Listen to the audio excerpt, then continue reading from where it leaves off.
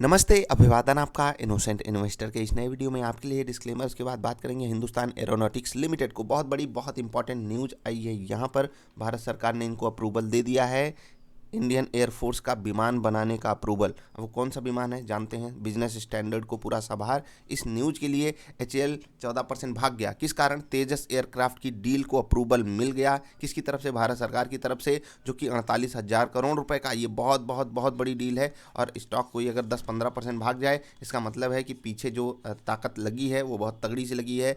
83 indigenously का मतलब होता है देश में ही निर्मित, developed light combat aircraft LCA ये बनाएंगे। ढेर सारी कैटेगरी होती है, उनमें से एक विमान है ये तेजस लाइट कॉम्बैट एयरक्राफ्ट है इंडियन एयरफोर्स के लिए।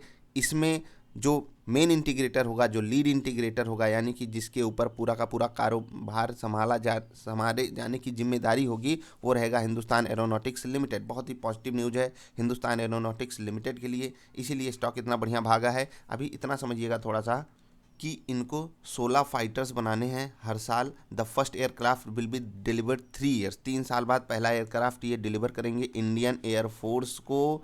और जब साइन हो जाएगा कॉन्ट्रैक्ट, तब मतलब कॉन्ट्रैक्ट साइन होने के 3 साल बाद पहला इनको डिलीवर करना है। उसके बाद 16 पर ईयर इनको डिलीवरी देनी होगी। मतलब ये लंबे चलने वाली डील है। बहुत ही पॉजिटिव न्यूज़ है। इस खबर को मैं बहुत ही पॉजिटिव वे में देखता हूँ। अब चलते हैं, क्या हमको ये खबर पहले पता लग सकती थी? कुछ ऐसा हम एक्सप्लेन करने की कोशिश करेंगे। अभी चार्ट पे मोमेंटम आ गया। जिन लोगों के पास ये स्टॉक था, अब यहाँ पर डेटा ऐसा बन रहा है, चार्ट ऐसा हमको इंडिकेशन दे रहे हैं कि जिनके पास भी स्टॉक था वो प्योर प्रॉफिट बुकिंग किए हैं। जिनके पास नीचे के लेवल पे खरीदारी थी वो भी प्योर प्रॉफिट बुकिंग किए हैं। अब समझिएगा थोड़ा सा कि इस स्टॉक में बहुत से लोगों की पोजीशन काफ़ी पहले से थी, अगस्त वगैरह से, तो वो लोग भी यहाँ पर अपने कॉस्ट पे एग्जिट किए हैं। अब आप समझिएगा बात को। और यही कॉस्ट पर एग्जिट करने वाला मुझे मामला समझ में नहीं आता। खैर, अगर आपको स्टॉक नहीं पसंद है तो आप एग्जिट कर जाइए, लेकिन दोबारा ऐसे स्टॉक में घुसने के बारे में सोचिएगा मत। वो आपके लिए पाप हो जाएगा। अगर आप कॉस्ट पर एग्जिट करते हो किसी भी स्टॉक में, 15 दिन, 20 दिन, 40 दिन बाद अगर वो अपने कॉस्ट पर आता है, क्योंकि अगर वो नीचे से अपने कॉस्ट पे आया, उसमें बहुत ज़्यादा चांसेस हैं कि वो कॉस्ट से ऊपर भी जाए और आपको प्रॉफिट दे। लेकिन यहाँ पर जो डेटा बन के आ रहा है वो हमको यही दिखा रहा है कि बहुत से लोग,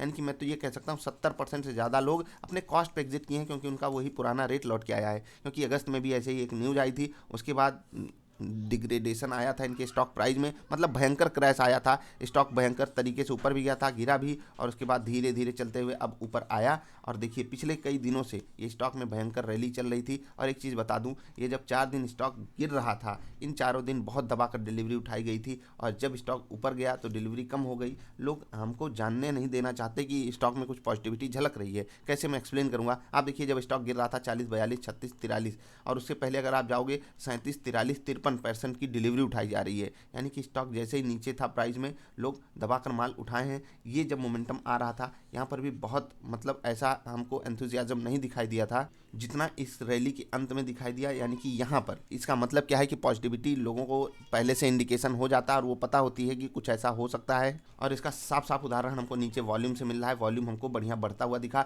इवन कल भी वॉल्यूम बढ़ गया था। इसका मतलब कल से ही लोगों को सुगबुगाहट हो गई थी, कुछ ऐसी न्यूज ला सकती है भारत सरकार। वॉल्यूम बढ़ा था लेकिन परसेंटेज टर्म्स में डिलीवरी नहीं बढ़ी थी, इसलिए हम वहाँ पर कोई पॉजिटिविटी नहीं निकाल सकते थे और हम स्टॉक नहीं ले सकते थे। जैसे कि कल मैंने आपको एक स्टॉक बताया था, कोटक महिंद्रा बैंक, यहाँ पर 70% की डिलीवरी उठाई गई है। और आज देखिए बढ़िया एक नेगेटिव मार्केट में भी वो स्टॉक ठीक ठाक 1% भाग गया। और ये हमको बहुत रेयर चांसेस में ऐसी खबरें पता लग पाती हैं जिसमें हम पार्टिसिपेट कर पाएँ और स्टॉक 10-15% भाग जाए। खैर, भाग गया, वो न्यूज़ वाला स्टॉक है, न्यूज़ वाले लोगों को इससे सिर्फ फ़ायदा हुआ होगा। अब देखो होता क्या है कि न्यूज़ वाले लोग जो हैं वो न्यूज़ पे स्टॉक खरीदेंगे, न्यूज़ पे स्टॉक बेचेंगे। अब न्यूज़ पे पिछली बार वो न्यूज़ पे खरीदे थे जब स्टॉक धड़ाम हो गया था, फंस गए थे। ठीक है, अभी क्या हुआ, उनका रेट वही न्यूज के कारण वापस आया है। ठीक, चलिए मान लेते हैं 100 पे कोई स्टॉक है, 120 भाग गया। ध्यान से सुनिएगा, 120 भाग गया, आप 120 पे खरीद लिए। उसके बाद अगले दिन से गिर रहा है, गिरते गिरते 100 वापस आ गया, 100 वापस आ गया, फिर से वो ट्रेड कर रहा है, 105 पहुंचा, 110 पहुंचा, फिर कोई न्यूज आई 120 पे स्टॉक गया, और फिर आप बेचकर चुपचाप निकल जाओगे। न्यूज वाले अगर 1-2 बार पैसा कमा भी लेते हैं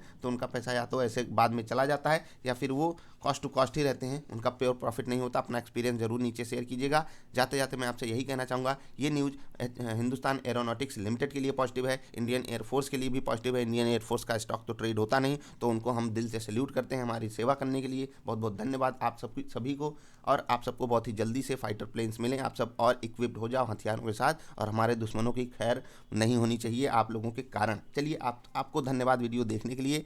मैं फाइनल रिमार्क यही देना चाहूँगा, अगर आपके पास एचएल में पोजीशन है इस वक्त तो आपको स्टॉप लॉस जो लगाना चाहिए 1000 के नीचे क्लोजिंग बेसिस पे लगाना चाहिए। अभी इस न्यूज़ में बहुत सारे डेवलपमेंट्स होने हैं, इतना आपको समझ के रखना है। लेकिन जो लोग कॉस्ट पे एग्जिट कर लिए हैं उनको अब चुपचाप इसमें एंट्री नहीं लेनी चाहिए। स्टॉक अगर ऐसे कोई भाग जाता है, और ये भी तो सोचिए कि स्टॉक पहले से ही भागा हुआ है, 800 रुपये से आपको ये स्टॉक लगभग 900 प्लस पे मिल रहा था पिछले कुछ ही दिन में, और उसके बाद अब 1015 पे मिल रहा है। तो सावधानी वाला मसला यहाँ पर थोड़ा सा समझिएगा। पीछे से अगर आप कहोगे तो मैं डेटा एक्सप्लेन करूँगा आपको कि रेजिस्टेंस कहाँ पर है। अगर आप लोग कहोगे तो एक डिटेल वीडियो बनाऊंगा। अभी मैंने न्यूज़ कवर की, अभी के लिए इतना ही। मिलेंगे फिर से किसी अच्छी वाली वीडियोज़ में, तब तक के लिए हंसते खेलते रहिए यार, और देश की सेवा करते रहिए। Bye bye.